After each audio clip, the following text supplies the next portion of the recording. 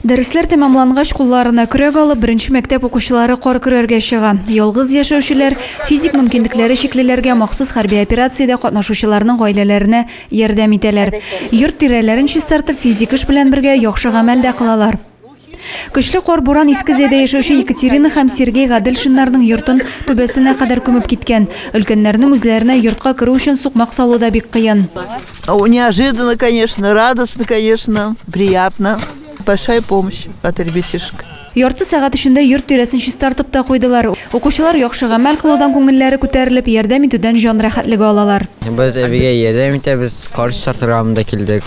Безне дә шакырттылар, без күңел белән монда килдек, бу әбигә булышырга.